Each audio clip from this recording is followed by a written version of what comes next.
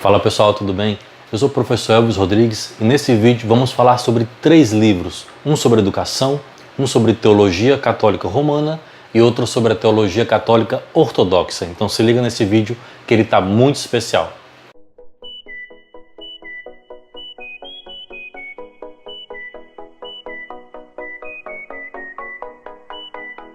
Pessoal, nesse vídeo eu quero falar sobre 3 livros muito interessantes que eu li recentemente. O primeiro, que eu falei sobre educação, esse aqui do Ivan Illich, chamado Sociedade Sem Escolas. Outro livro é do padre Tomás Alick, chamado Quero que Sejas, Podemos Acreditar no Deus de Amor. E um outro livro que me chegou também, que eu terminei de ler recente, gostei bastante, do metropolita russo, portanto da Igreja Ortodoxa, Hilarion Alfeiev, chamado O Mistério da Fé, Introdução à Teologia Dogmática Ortodoxa. São 3 livros super bacanas que eu quero agora falar um pouquinho sobre cada um deles. Nesse primeiro livro do Ivan Illich, chamado Sociedade Sem Escolas, aqui ele meio que inaugura ou participa de um movimento chamado Teorias da Desescolarização. Ou seja, junto com Ivan Illich, um outro pensador chamado John Holt, eles desenvolveram uma teoria que hoje é chamada de Teorias da Desescolarização.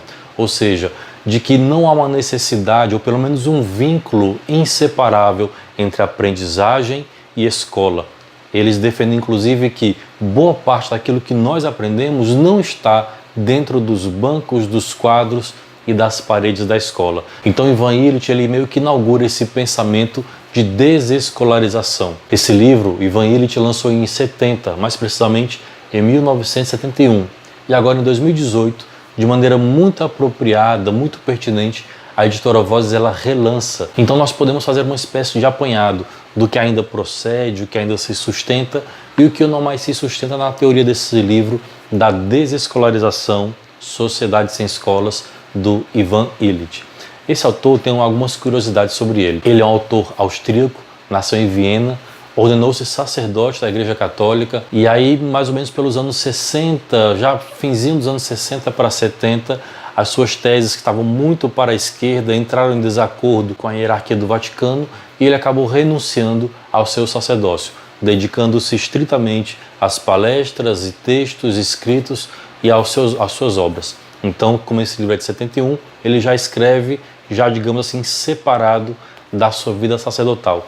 Mas o Ivan Illich ele teve uma forte atuação dentro da igreja, chegando mesmo a ser um dos auxiliares, uma espécie de secretário do bispo de Nova York, porque à época havia ainda uma imigração muito grande da comunidade latina para os Estados Unidos, particularmente Nova York, e o Ivan Illich falava mais de 10 idiomas, imagina só, é um grande erudito, um grande intelectual, chamado mesmo de polímata, ou seja, aquele que detém uma série de conhecimentos sobre os mais diversos temas. Então o homem ele é uma grande sumidade, um grande intelecto, Ivan Illich.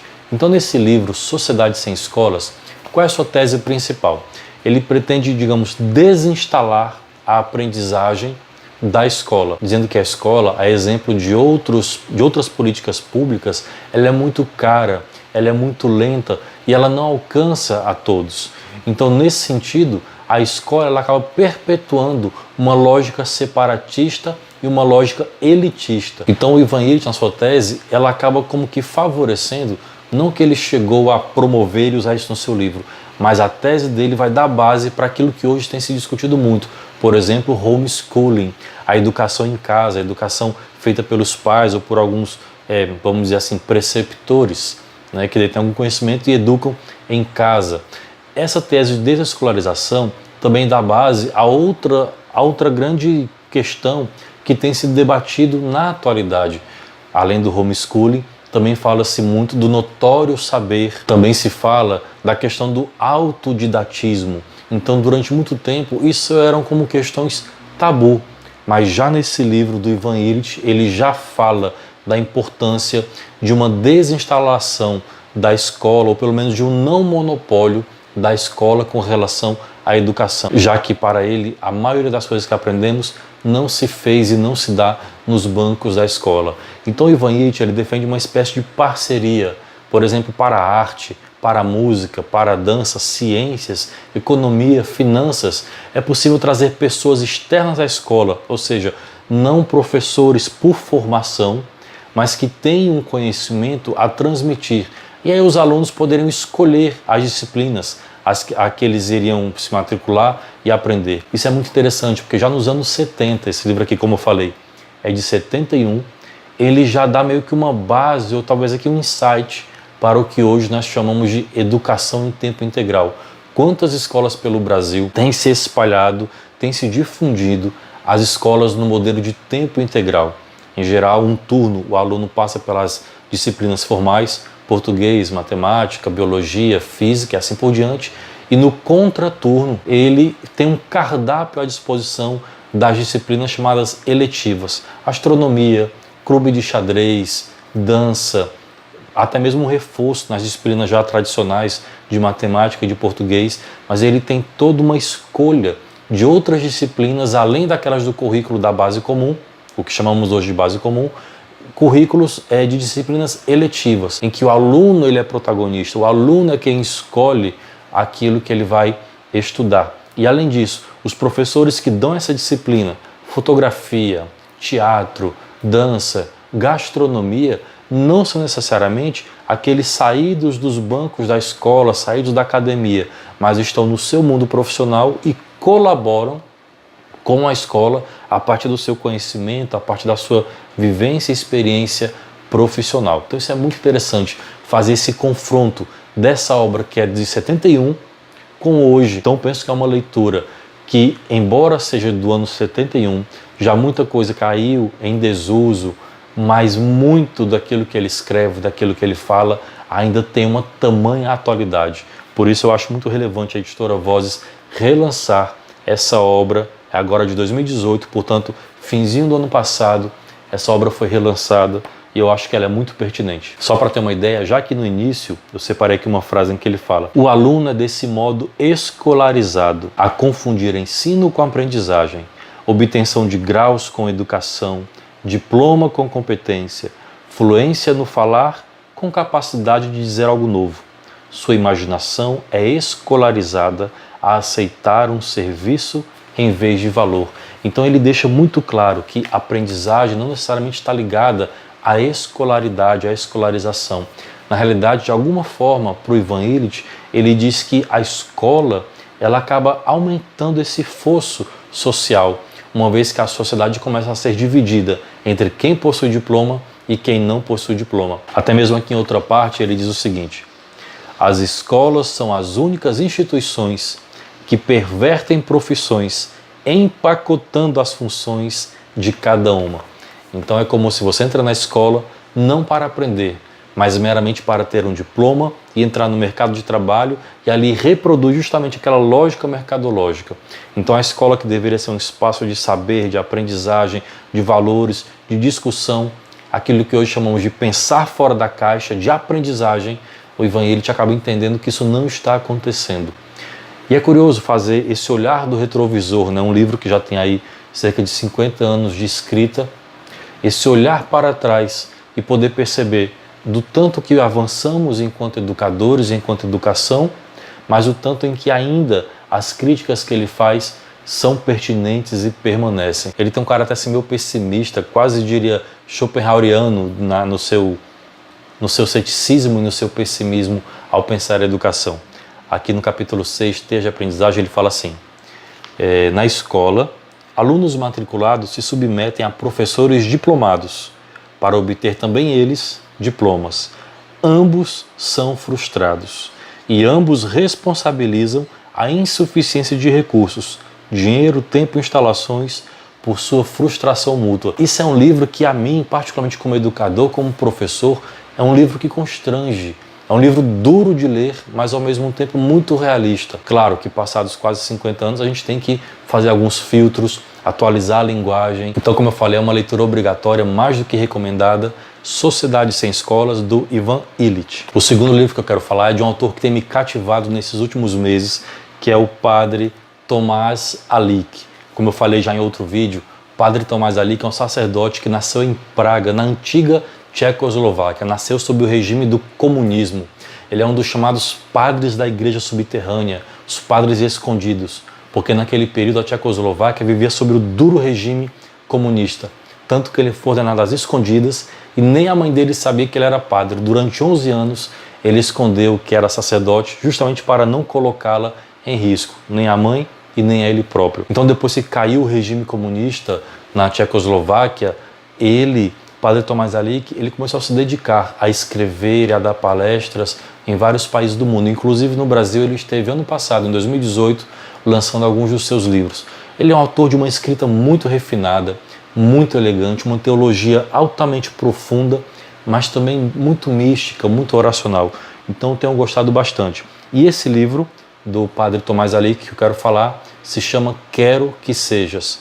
Podemos acreditar no Deus do amor? Ou seja, algo que ele próprio entende que parece ser mais obsoleto no dia de hoje, falar sobre amor, escrever sobre o amor, é justamente isso, que parece algo banal e batido, algo que está banalizado, em que ele quer resgatar uma reflexão e uma escrita mais aprofundada e mais reflexiva sobre o tema, em particular sobre o amor de Deus. Curioso que logo no começo ele faz a seguinte pergunta: grandes teólogos, grandes professores, grandes pensadores sempre se dedicaram ao longo da história da filosofia, da história do pensamento, se dedicaram a responder a seguinte pergunta: qual a origem do mal? Padre Tomás Alick, ele subverte essa pergunta e fala assim: mas pouco eu tenho visto pensadores, filósofos, teólogos se perguntarem qual a origem do bem. E é sobre isso que ele vai escrever. Qual é a origem do bem? Qual é a origem do amor?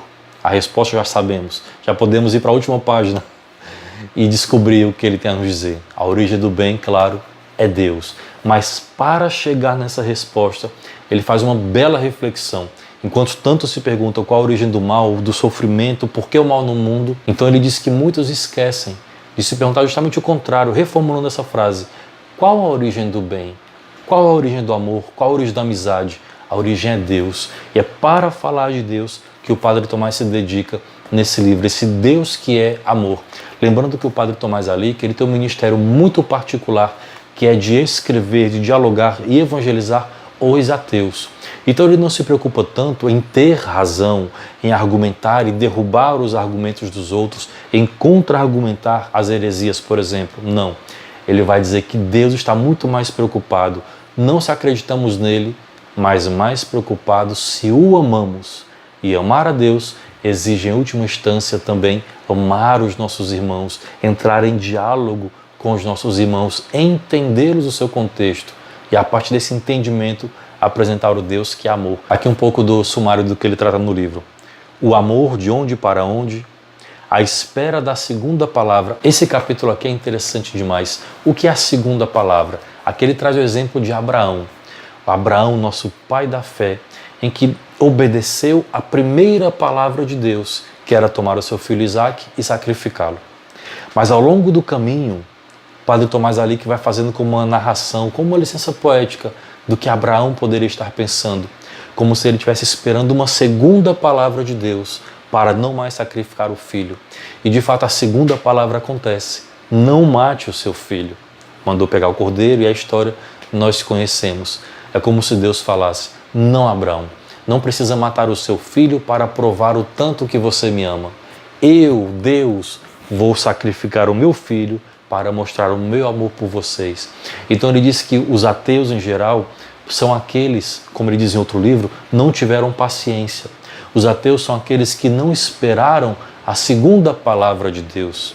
Aquela primeira palavra que à primeira vista pode nos constranger, pode nos colocar em dúvida, pode nos colocar contra a parede.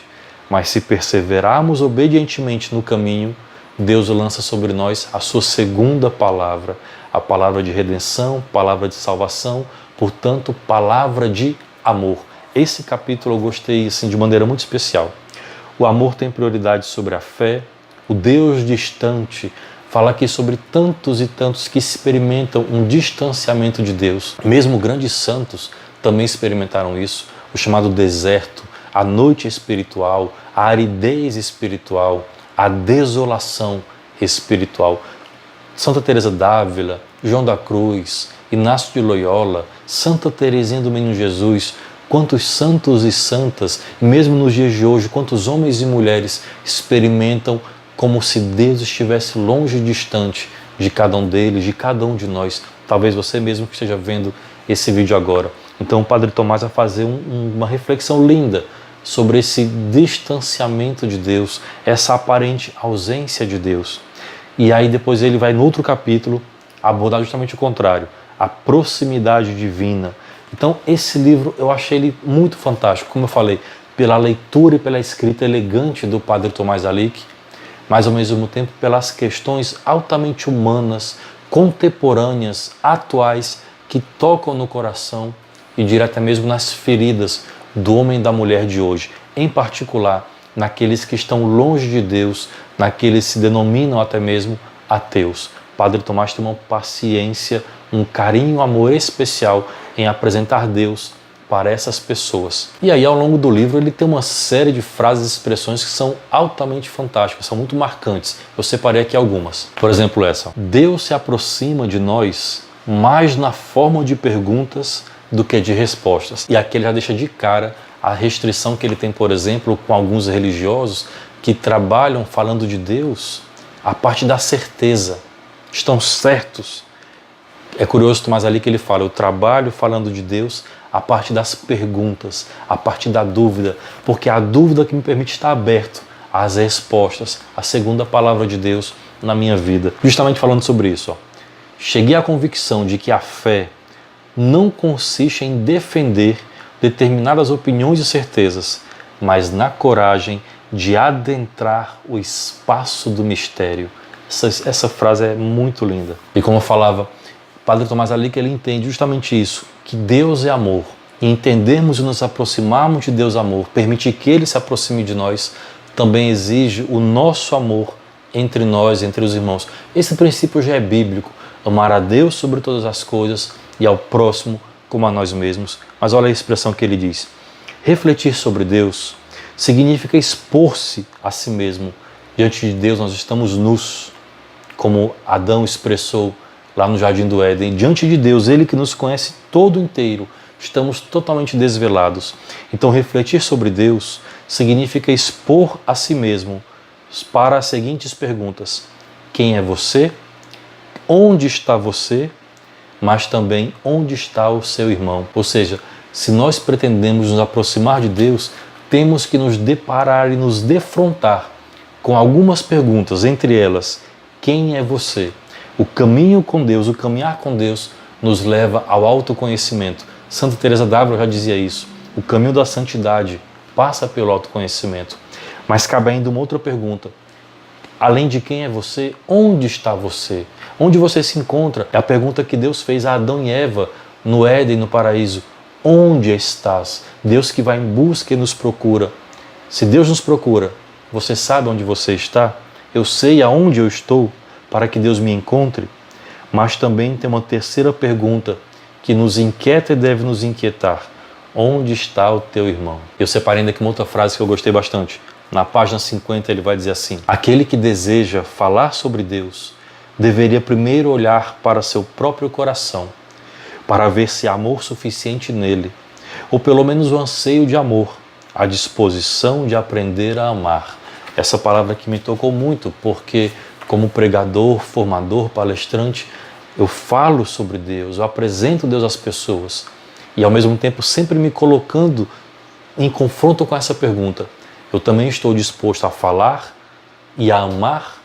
Então, essa vale para todos nós, os catequistas, os pregadores, formadores e assim por diante. Aquele que quer falar sobre Deus, que olhe também o seu próprio coração, se tem amor suficiente nele, ou pelo menos uma disposição de amar aqueles a quem nós nos dirigimos. Então, mais um livro recomendado, Quero que Sejas, do Padre Tomás Alic. E o terceiro livro, mas não menos importante, veja que falamos aqui de um livro sobre educação, de um livro sobre teologia católica romana e agora um livro de teologia católica ortodoxa. Estou falando aqui do livro O Mistério da Fé, Introdução à Teologia Dogmática Ortodoxa, do metropolita russo chamado Hilarion Alfeiev. É interessante porque assim, eu conheço ainda muito pouco da Igreja Ortodoxa, da teologia ortodoxa. Então sinto que é uma necessidade de nós, enquanto católicos romanos, nos aproximar e conhecer um pouco mais sobre esses nossos irmãos da Igreja Ortodoxa. Como João Paulo II falou certa vez, a Igreja Ortodoxa, ela é o outro pulmão de Cristo. E foi interessante que assim que eu recebi esse livro e postei nas minhas redes sociais, já alguns irmãos da Igreja Ortodoxa aqui em Fortaleza já entraram em contato, começamos um bate-papo bem legal para realmente nos aproximarmos num diálogo e, claro, num debate a partir desse livro, né? Um bate-papo, digamos, uma espécie de sarau sobre o livro do Hilarion Alfeiev. E tem sido uma leitura muito agradável. Veja que é um livro de fôlego, aqui tem mais de 300 páginas, em que o bispo metropolita Hilarion Alfeiev, ele fala sobre algumas questões da teologia dogmática ortodoxa. Elas também são um ponto comum também da nossa teologia católica romana, porque a teologia dogmática justamente vai pensar e refletir, trabalhar os dogmas da fé, como diz teologia dogmática, por isso. Então vai falar sobre a busca da fé, sobre Deus, o dogma da Trindade, criação, refletir sobre o homem, Cristo, sobre a igreja, os sacramentos, a oração, a vida no século futuro, o que nós chamamos de novíssimos, céu, inferno, purgatório, todas essas questões o bispo metropolita russo Hilarion Alfeiev vai trabalhar aqui no seu livro. E tem aqui uma frase que eu vi no prefácio que eu queria destacar. O teólogo é aquele que pratica uma oração verdadeira. Justamente porque nesse livro, para o Hilarion Alfeiev, não se separa a vida da fé com a vida de oração. Ai, cachorro. Justamente para o Hilarion, não se separa a vida da fé com a vida de oração. Não se separa a teologia da mística, da espiritualidade. Então aqui ele faz uma espécie de síntese dos pontos principais da vida cristã, em particular da vida cristã ortodoxa. Então nesse livro, o Hilarion Alfeiev, ele traz assim um estilo simples, um estilo direto, mas muito profundo. Ele é um grande erudito, músico, artista, além de, claro, teólogo, filósofo, grande escritor, tem uma série de outros livros publicados. E sabemos, além disso, que a teologia ortodoxa ela é uma teologia altamente e rica em mística. Ela tem uma espiritualidade muito profunda. Veja, por exemplo, aquela obra, O Peregrino Russo. É um tesouro da nossa tradição católica, abrangendo, né, a ortodoxa e a romana. É um tesouro da nossa espiritualidade e mística cristã. Se nós queremos trilhar um caminho de vida de oração, eu considero como esse livro, O Peregrino Russo, uma leitura obrigatória, em que ele desenvolve, por exemplo, aquela chamada oração de Jesus. Além disso, a teologia russa, ela sempre está fundada nos grandes padres da igreja. Qualquer dúvida, qualquer heresia que graçava na igreja, qualquer dúvida que ainda hoje se tenha, eles têm o lema de vamos aos padres, recorramos aos padres. Então, ao longo desse livro, o bispo Hilarion Alfeiev, ele está sempre recorrendo a teólogos contemporâneos de muita relevância, mas também aos grandes santos padres da igreja. Por exemplo, Clemente de Alexandria, Simão, teólogo, São Cirilo, Metódio, João Damasceno, São Basílio, Dionísio, Macário e assim por diante, e tantos outros mais que compõem esse tesouro da nossa patrística dos padres da igreja. Então, para ele, para o Hilarion Alfeiev, não se separa a teologia da espiritualidade, não se separa o dogma da vida real. Ou seja, o dogma não é algo descolado da nossa vida real, não é algo meramente imposto de cima para baixo, mas ele tem seu fundamento na espiritualidade, na fé, e tem seu fundamento nas sagradas escrituras. Então não há como separar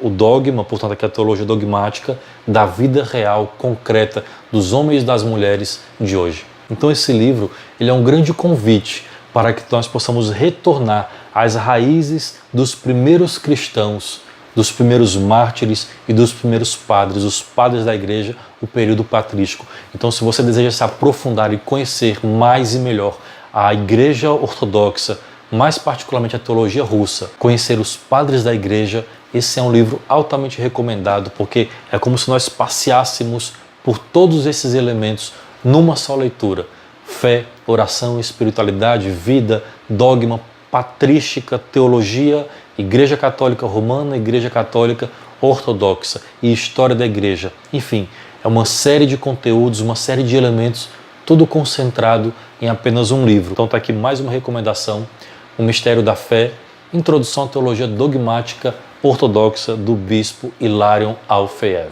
Fica aqui a recomendação desses 3 livros, todos eles são da editora Vozes. Vou deixar aqui o contato, o site da Vozes para vocês procurarem esses outros títulos. Publicação e leitura mais do que obrigatória para os educadores, para os teólogos, para os que querem se aprofundar na fé e no conhecimento da igreja. Espero que você tenha gostado dessa dica de livro, dessa curadoria que foi feita aqui. E se você gostou desse vídeo, te convido a deixar o seu like, se inscreve no canal se não está inscrito ainda, compartilha, comenta, passa aí para os seus amigos e deixa aí sua dica e proposta para novos títulos que você queira que a gente comente aqui no canal. Um grande abraço, até o próximo vídeo. Tchau, tchau.